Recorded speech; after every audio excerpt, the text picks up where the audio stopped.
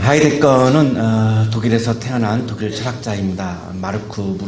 프라이부르크 대학에서 처음에는 신학부에 입학을 해서 신학을 전공하다가 나중에 철학으로 전공을 바꾸고요. 나중에 학위를 받고 모교에서 철학을 가르쳤습니다. 이분은 20세기를 과학기술의 시대라고 그렇게 규정을 지으면서 20세기의 과학기술 시대 속에서 인간에게 가장 중요하게 다가오는 것이 노동과 소비다라고 이렇게 규정을 했습니다. 그러면서 던지는 질문은 노동과 소비가 물론 중요하고 필요하지만 노동과 소비가 인간의 본질인가? 라고 하는 질문을 던진 겁니다. 그것이 과연 우리들의 본질적인 것인가?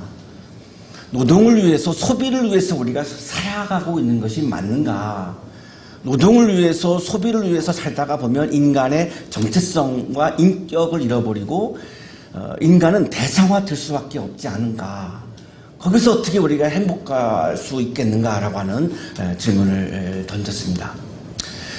그렇게 인격과 정체성을 상실하고 살아가는 우리들의 모습을 가리켜서 고향상실의 상태다. 고향상실의 시대 속에서 우리는 살아가고 있다. 따뜻한 고향을 잃어버렸고 치열한 경쟁 속에서 노동하고 소비하고 하면서 부대끼면서 우리는 살아가고 있다라고 문제의식을 던지면서 잃어버린 정체성과 인격을 회복하려면 들길의 소리에 귀를 기울이며 들길을 걸으라고 그렇게 우리에게 권면을 합니다. 들길이라고 하는 글의 한 부분을 인용을 하겠습니다. 독서와 인생의 옛 거장인 마이스터 에크하르트가 말했듯이 말해지지 않은 세계의 언어 속에서 신은 비로소 신으로 존재한다. 침묵 속에서만이 신의 소리를 들을 수 있다라고 하는 이야기를 하는 거죠. 들길을 걸으면서 그 침묵하는 속에서 신의 소리를 들을 수 있다. 그러나 들길이 건네는 소리는 들길의 미풍에 감싸여 그 소리를 들을 수 있는 인간이 존재하는 동안에만 말한다. 들길이 건네는 소리에 인간이 속해 있지 않는 한 그는 자신의 계획에 의해 지구를 정리하고 정돈하고자 헛되이 시도한다. 내가 계속해서 내 말을 하고 내 주장을 하면 들길의 소리를 들을 수가 없고 들길의 소리를 듣지 못하면 신의 소리가 아닌 나의 소리만을 들으면서 살아갈 수밖에 없고 내 마음속에 나의 소리가 가득 차 있으면 나의 생각과 나의 주장에 의해서 나의 철학에 의해서 나의 이념에 의해서 이 지구를 정돈하려고 하는 그런 부질없는 헛된 삶을 살다가 인생을 마칠 수밖에 없다. 현대인들 가운데 들길의 소리에 예속된 자는 무척 드물다. 들길을 걸으며 들길의 소리를 듣고 그 속에서 신의 소리를 듣는 사람은 그렇게 많지 않다. 많은 사람들은 자기의 소리를 따라서 살고 있지 신의 소리에 따라서 사는 사람은 그렇게 많지 않다. 이러한 위험이 밀려들고 있다. 기계의 소음을 거의 신의 목소리로 간주하는 그들에게는 오직 그런 소음만이 귓전에서 맴돌 뿐이다. 기술시대에 살고 있는 우리들은 그 기계의 소리가 마치 신의 소리인 것처럼 착각하는 경우가 많이 있고 내 안에 가득 차 있는 나의 소리가 내 욕망의 소리가 신의 소리로 착각하는 경우가 너무나 많다. 그리하여 인간은 뿔뿔이 흩어지고 길을 잃는다. 신을 향한 순례의 길, 진리를 향한 순례의 길, 진정한 기쁨을 찾아가는 그 길을 20세기 인간들은 잃어버릴 수밖에 없다. 그 이유는 들길의 소리를 듣지 못하고 신의 소리를 듣지 못하고 하나님의 소리를 듣지 못하고 하나님의 소리를 따라서 살아가는 삶이 아니라 기계의 소리를 따라서 자본의 소리를 따라서 내 욕망의 소리를 따라서 걸어가고 있기 때문에 길을 잃어버릴 수밖에 없지 않은가.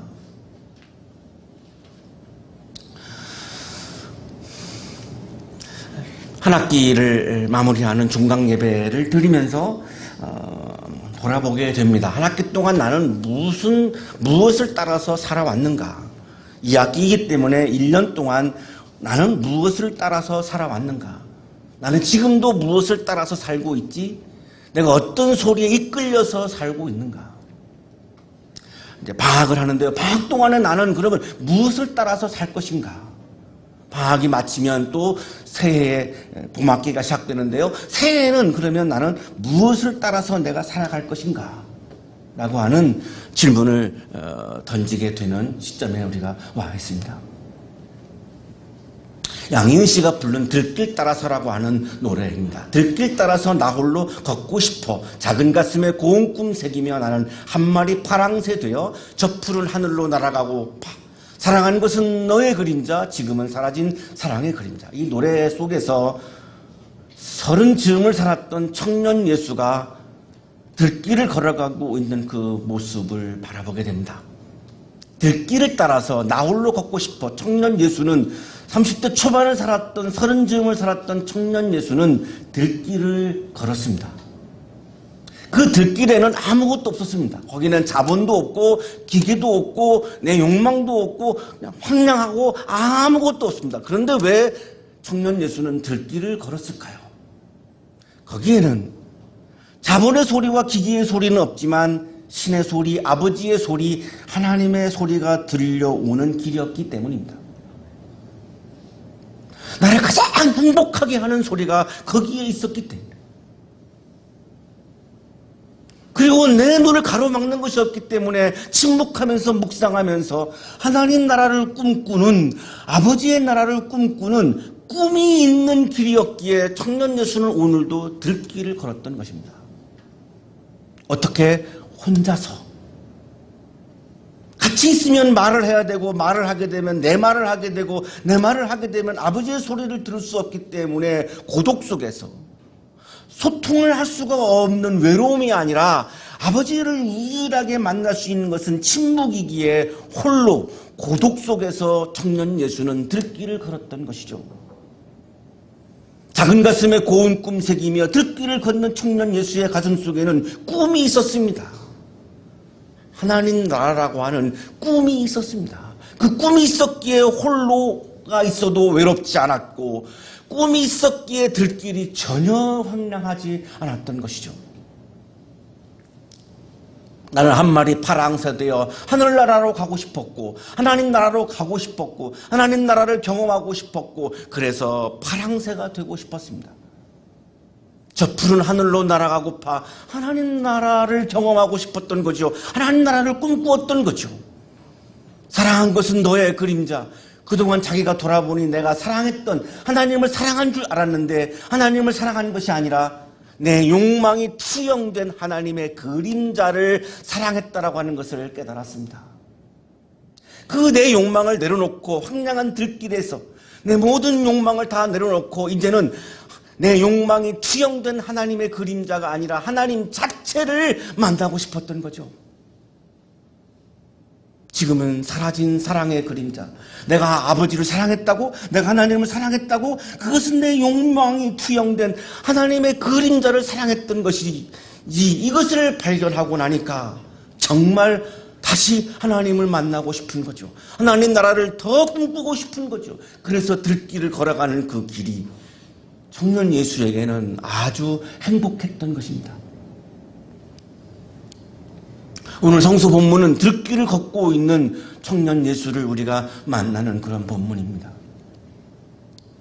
예수께서 갈릴리로부터 예루살렘으로 여행을 하셨습니다. 들길을 걸었습니다. 100km가 넘는 들길이었습니다. 청년 예수는 한 곳에 안주하지 않고 한 곳에서 만족하지 않고 끊임없이 새로운 꿈을 꾸며 새로운 세계를 향해서 여행하고 이동해 가셨습니다. 노마드였습니다. 그래서 그는 들길을 걸으며 그 들길의 소리를 듣고 그 들길에서 하나님 아버지의 소리를 들었기 때문에 그 들길을 걷는 인생이, 들길을 걷는 길이 너무나 행복했던 거죠.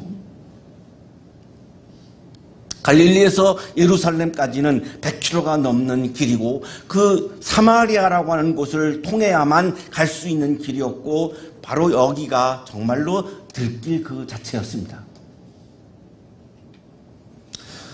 예수님께서 사마리아에 들어가려고 하시니까 제자들 중에 일부가 먼저 사마리아 마을에 들어가서 선생님이 들어가는 길을 준비하려고 들어갔습니다.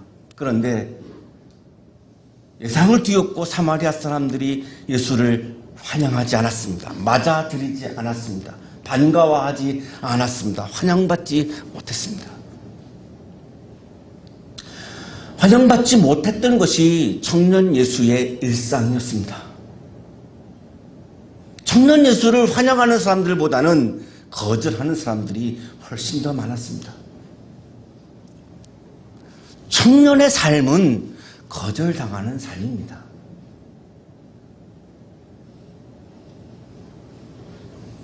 청년은 가지고 있는 것이 없기 때문에 많은 사람들이 나를 환영해주고 받아주고 이렇게 해주지 않는 거죠. 내가 뭐 가진 것이 있어야 환영받는 건데 청년이란 가진 것이 없기 때문에 환영받지 못하는 삶이 청년의 삶입니다. 그것이 너무나 당연한 겁니다. 사랑하는 이성한테 고백했다가 거절당하는 게 청년이죠.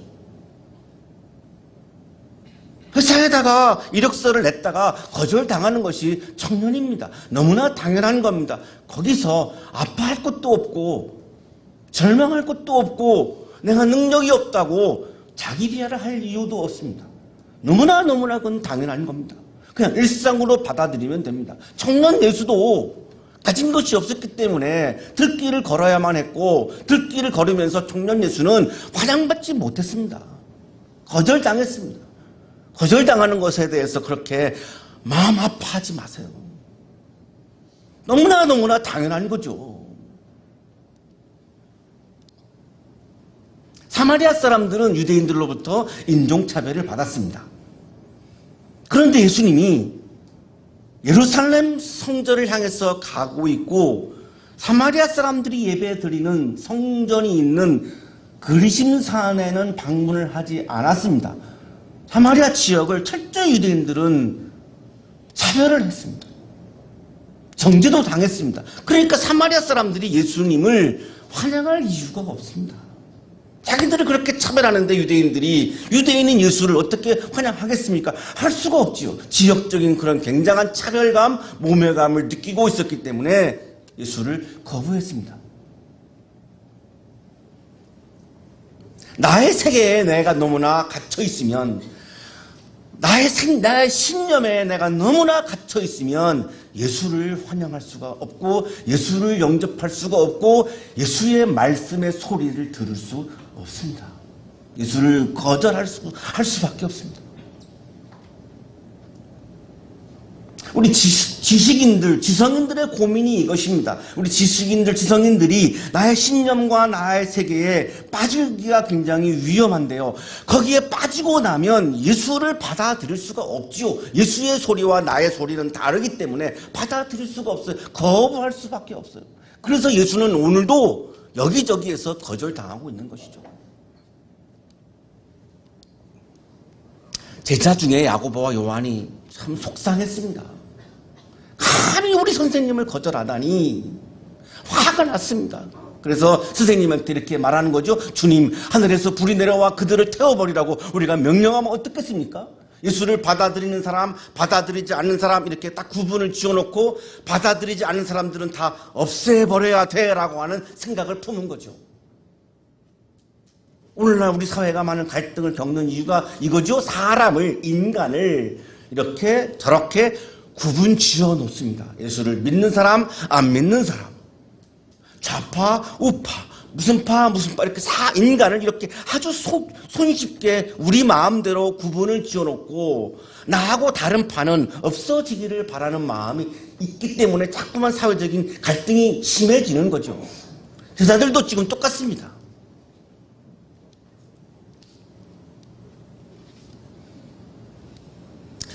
그랬더니 예수님의 반응은 이 두 제자를 꾸짖으셨습니다.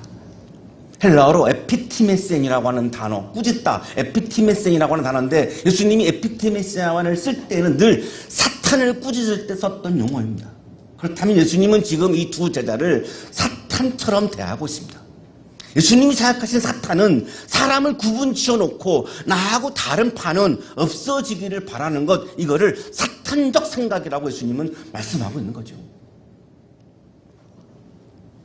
제자들에게 사람을 그렇게 구분 지을 권한도 없고 제자들에게 나를 그렇게 구분 지어놓고 나하고 다른 사람들을 정죄할 그런 권한도 없고 그 사람들이 없어지기를 바라는 권한도 없다는 것입니다. 감히 어떻게 너희들이 그런 생각을 품을 수 있느냐라고 그것은 사탄적인 거다라고 지금 반응을 보이시는 거죠. 그리고 나서 예수님은 다른 마을로 가십니다. 저는 56절을 읽다가 참 굉장히 많은 감동을 받았는데요. 거절당했을 때 우리는 이 거절당하는 게 너무나 아프니까 주저앉기도 하고 포기하기도 하고 절망하기도 하는데 예수님은 포기하지 않고 거절당한 상황에서 또 다른 마을로 또 다시 갑니다. 고집일까요? 제가 보기에는 믿음입니다. 고집이 아니라 믿음인 거죠. 꿈을 향한 향진, 들길을 걷는 여행, 이걸 계속하는 겁니다. 거절당해도 나는 또 꿈을 가지고 들길을 또 걷는 거죠. 하나님 나라를 향한 길을 또 걷는 거죠.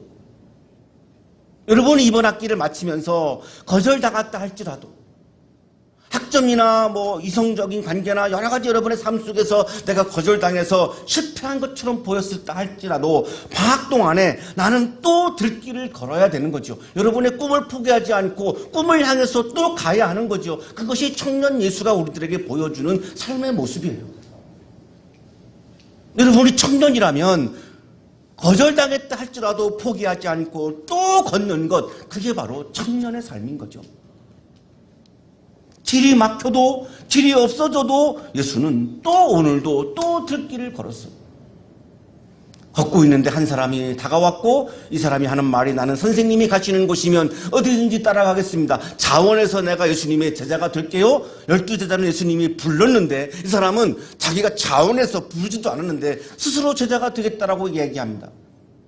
그 이야기 예수님의 반응은 여우도 굴이 있고 하늘을 나는 새도 보금자리가 있으나 인자는 머리 둘 곳이 없다. 나와 함께 가겠다고? 내가 걸어가는 길은 험한 길인데 보금자리가 없는데 머리 둘 곳도 없는 들길인데 황량한 길인데 험한 길인데 갈 수 있겠니? 청년 예수가 걸었던 길은 보금자리가 아니었습니다. 편안한 길이 아니었습니다. 화려한 길이 아니었습니다. 아주 머리 둘 곳조차도 없는 험한 길이었습니다. 청년이 걸어가는 길은 편안한 길일 수가 없습니다. 화려한 길일 수가 없습니다. 험한 길일 수밖에 없습니다. 당연한 거죠. 중요한 것은 그 험한 길을 내가 어떻게 포기하지 않고 헤치며 나갈 것인가, 이것이 중요한 것인데 청년 예수는 어떻게 그 험한 길을 계속해서 걸어갔을까요? 그 들길에서 아버지의 소리를 들었기 때문이죠. 그 들길에서 하나님 나라, 아버지의 나라를 꿈꾸었기 때문에 그 기쁨이 너무나 컸기 때문에 그 험한 길에서 나에게 가져다주는 그 험한 것이 전혀 힘들지 않았던 것이죠. 아버지의 따뜻한 소리, 희망의 소리, 위로의 소리가 들려오는데 내가 황량한 길을, 험한 길을 걸어가는 이 아픔은 이거에 비하면 아무것도 아니에요. 그래서 이겨낸 거죠. 험한 길을 걸어가고 있는데 내가 걸어가고 있는 하나님 나라를 향한 길이기 때문에, 꿈을 향한 길이기 때문에, 그 꿈을 향한 길이 너무나 황홀한 길이기 때문에 험한 길이 나에게 가져다주는 고통은 아무것도 아닌 거죠. 들길에서 들려오는 아버지의 소리, 들길에서 걸어가는 하나님 나라를 향한 꿈, 이 두 가지가 험한 길을 헤쳐나갈 수 있었던 어마어마한 영적인 에너지와 힘을 청년 예수에게 주었던 거죠. 여러분이 걸어가고 있는 길은 험한 길입니다. 아니, 방학 동안에 여러분은 편안한 길을 걸어가시면 안 되고 방학 동안에도 여러분 험한 길을 가셔야 합니다. 따뜻한 아랫목에서 안주하지 마시고 바깥으로 나와서 들길을 걷고 꿈을 향해서 계속해서 여러분 험한 길이지만 또 방학 동안에도 더 힘차게 걸어가셔야 합니다. 그러려면 거기에서 하나님의 소리를 들을 수 있을 때 험한 길을 헤쳐나갈 수가 있고, 여러분의 꿈을 포기하지 않고 꿈을 계속해서 꿈을 꾸며 꿈을 향한 길을 걸어갈 때 여러분은 그 험한 길을 이겨내고 헤쳐나갈 수 있습니다. 그 모습이 아름다운 청년의 모습이죠. 방학 동안에 여러분 험한 길을 멋지게 걸어가시고 3월달에 우리 다시 만나서 험한 길을 아주 멋지게 아름답게 이겨낸 서로의 모습을 축하하고 격려하며 개강 예배 다시 드릴 수 있는 그런 아름다운 방학이 되시기를 주님의 이름으로 축복합니다. 거룩하신 주님, 한 학기 동안 인도해 주셔서 감사합니다. 많은 우여곡절이 있었고 많은 오르락 내리락 하는 것들이 있었지만 주님의 소리를 들으며 주님의 나라를 꿈꾸며 험한 들길을 여기까지 걸어오게 해주셔서 감사합니다.